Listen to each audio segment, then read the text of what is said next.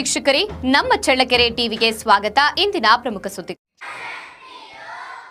ಮನುಷ್ಯನೊಳಗೆ ಎಲ್ಲ ಶಕ್ತಿ ಸಾಮರ್ಥ್ಯಗಳು ಇವೆ. ಅವನು ಅದರಲ್ಲಿ ವಿಶ್ವಾಸವಿಟ್ಟು ಮುಂದುವರೆದರೆ ಅದ್ಭುತ ಸಾಧನೆ ಮಾಡಲು ಸಾಧ್ಯವಾಗುತ್ತದೆ ಎಂದು ಚಳ್ಳಕೆರೆಯ ಶ್ರೀ ಶಾರದಾಶ್ರಮದ ಅಧ್ಯಕ್ಷೆ ಮಾತಾಜಿ ತ್ಯಾಗಮಯಿ ತಿಳಿಸಿದ್ದಾರೆ. ನಗರದ ವಾಸವಿ ಕಾಲೋನಿಯ ಶ್ರೀ ಶಾರದಾಶ್ರಮದಲ್ಲಿ ಮಕ್ಕಳಿಗಾಗಿ ಆಯೋಜಿಸಿದ್ದ ವಾರದ ವ್ಯಕ್ತಿತ್ವ ನಿರ್ಮಾಣಕಾರಿ ತರಗತಿ ಕಾರ್ಯಕ್ರಮದ ದಿವ್ಯ ಸಾನ್ನಿಧ್ಯ ವಹಿಸಿ ಅವರು ಸ್ವಾಮಿ ವಿವೇಕಾನಂದರ ಚೈತನ್ಯದಾಯಕ ನುಡಿಗಳ ಬಗ್ಗೆ ಮಾತನಾಡಿದರು.